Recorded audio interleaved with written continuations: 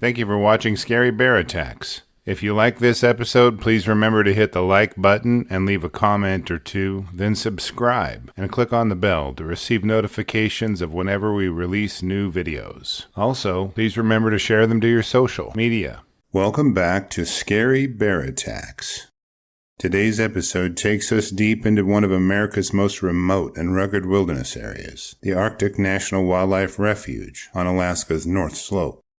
Located at the edge of the Arctic, ANWAR is renowned for its stark beauty, vast expanses of tundra, and dramatic windswept landscapes that stretch as far as the eye can see. We focus on a secluded stretch along the Hulahula River, approximately 12 miles upriver from Kaktovik, where nature's raw power and unpredictability led to a heartbreaking tragedy.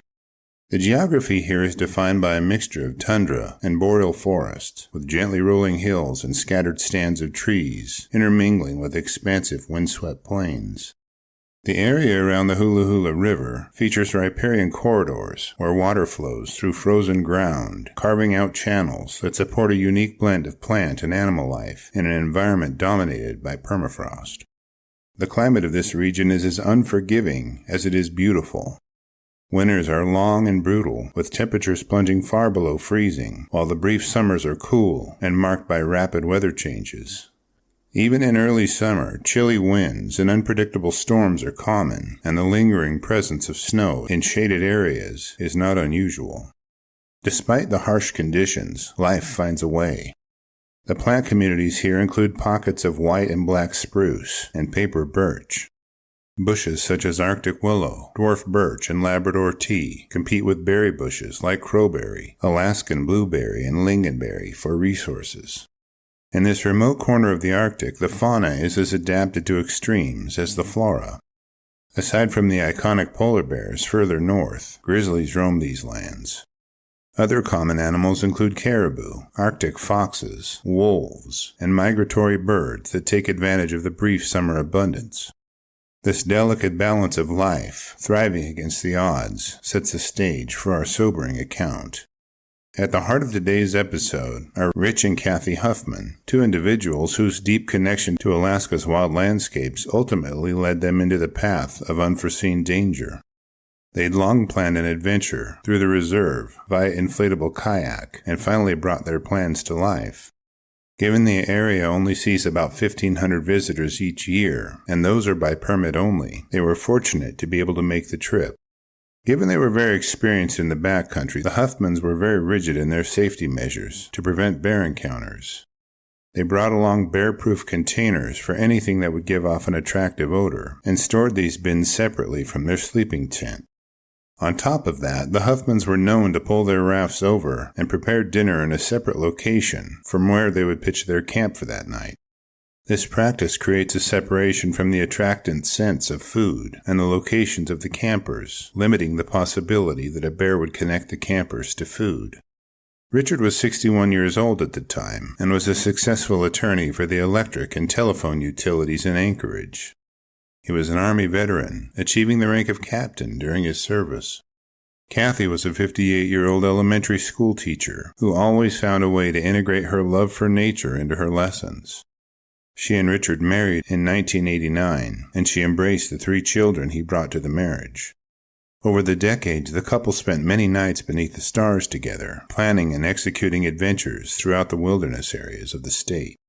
The kayak trip was another adventure they looked forward to completing together.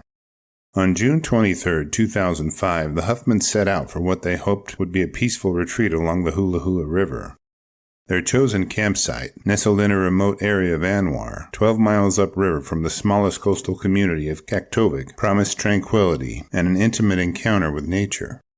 Little did they know that the isolation and raw beauty of this landscape would soon reveal a darker, more perilous side of the wild. The first several days of their trip were basted in beauty and the majestic scenery of ANWR. It wasn't clear if they'd brought bear spray on the trip, but they had brought a firearm for protection.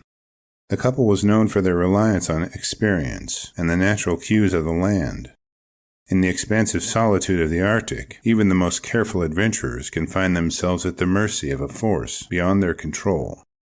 On the crisp night of June 23, 2005, the quiet of the Arctic National Wildlife Refuge was punctuated only by the gentle murmur of the Hulahula River and the whisper of wind through sparse tree lines.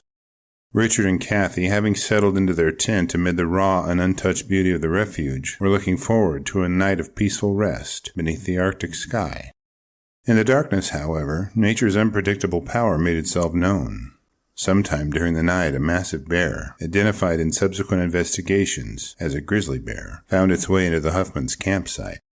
It wasn't clear exactly what brought the grizzly into camp, but one thing was evident: its visit would bring tragedy, pain, and loss to the occupants and the community.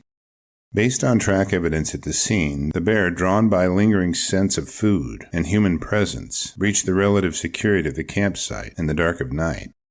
It meandered around the tent, likely sniffing at the scent of the campers, before tearing through the tent fabric and attacking the sleeping campers. By Saturday afternoon, a guide who was leading an expedition of German documentarians on a rafting trip down the river began drifting by the Huffmans' campsite. The guide could see the camp was in disarray, with many items shredded and scattered around. Deciding he'd better investigate, the guide piloted the expedition to the shore, several yards downstream of the Huffmans' camp. Approaching the camp, the guide yelled to announce himself as a visitor. He kept a wary eye on the dense bushes surrounding the camp, as he hoped for a response to his greeting. Scanning the brush, he noticed a grizzly bear nearby, and it hadn't fled like most bears do. The grizzly began stalking the guide and acting aggressively toward him. The guide cautiously made his way back to the shore and alerted the borough police department as soon as he got within range of cell service. Local authorities, alerted by the discovery of the campsite's grisly state in the early morning hours, launched an immediate investigation. Arriving at the campsite, the corpses of Richard and Kathy were discovered inside their sleeping bags in their tattered tent. The incident prompted a detailed examination of the bear's tracks, bite marks, and other forensic evidence, all of which confirmed that a single large bear had been responsible for the deadly attack. While the investigators were examining the attack site, the grizzly suddenly appeared in the nearby bushes. Given the evidence they had already reviewed, officials immediately chose to shoot the grizzly. The bear's carcass was left in the brush until the evidence was collected from the Huffmans' campsite.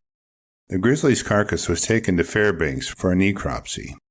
During the examination, the bear was determined to be a healthy 300-pound, 9-year-old male. It had no illnesses or diseases.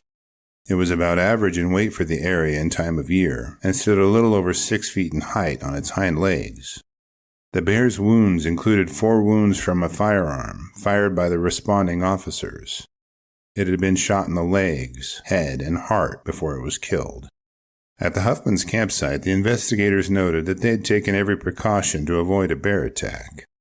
Storing their food in bear-proof containers separate from where they pitched their tent wasn't enough to avoid a predatory bear attack. Inside the tent, the investigators located the couple's firearm, which had not been fired during the attack. This confirmed that the bear had attacked with alarming speed, rendering the Huffmans' plans for self-defense useless. As for the bear's motivations behind its attack, predation was at least a driving factor in its actions. There was no reported animal carcass nearby that it could have been protecting, and no cubs were reported near the attack site. Speaking of cubs, our Cub Tier membership on Patreon, linked below, will give you ad-free early access to our episodes, and the $3 per month goes a long way in helping me continue to produce educational and entertaining content like this. Understanding the context of bear populations in Alaska's Arctic National Wildlife Refuge is essential to grasp the magnitude of this tragedy. ANWAR spans nearly 19.3 million acres and is one of the last great wilderness areas in the United States. Despite its vastness, parts of the refuge, particularly along river corridors and in valleys, can host relatively high densities of wildlife. Richard and Kathy's fatal grizzly attack was the first one ever recorded in the reserve. Alaska is home to a significant number of grizzly bears, with statewide estimates suggesting tens of thousands roam its wild expanses. Within the refuge, however, bears tend to flood into an area to consume food resources there before moving on after it's depleted. In certain areas that offer abundant natural food sources and cover, bear densities have been estimated at up to 1 bear per 10 square miles, though in the more barren tundra region these numbers drop significantly. Fatal bear attacks in the Arctic National Wildlife Refuge are exceedingly rare, given the low human population and the vast, sparsely populated terrain. The Huffman tragedy therefore stands out not only for its heartbreaking loss of life, but also as a somber reminder of the inherent risks that come with venturing into such wild, unmonitored spaces. Bears in this region play a crucial ecological role, helping to maintain the balance of the food chain and contributing to the natural regeneration of the landscape. The challenge for wildlife managers is to protect these apex predators while also ensuring the safety of those who enter their territories. After reviewing the facts surrounding this episode, I'm left with a few questions for you. What additional steps could the Huffmans have taken to avoid or prevent this predatory attack? Do you think this grizzly attacked due to a lack of a regional source of food? Should we be surprised when bears kill wilderness visitors, or is it part of the risk of traveling in bear country? I will gladly read and reply to your thoughts, so post them in the comments section below, and let's talk about it. Thank you for watching Scary Bear Attacks. If you've enjoyed this episode, please consider clicking on the like button and clicking on the bell icon. We'll help you know when we post our new episodes. Posting our video links to your social media profiles furthers awareness, and it's fun. We slashed our prices in our merch store, linked below, so check out the bargains there while you shop. As a member of our human community, remember to adventure bravely and be careful out there, especially in bear country.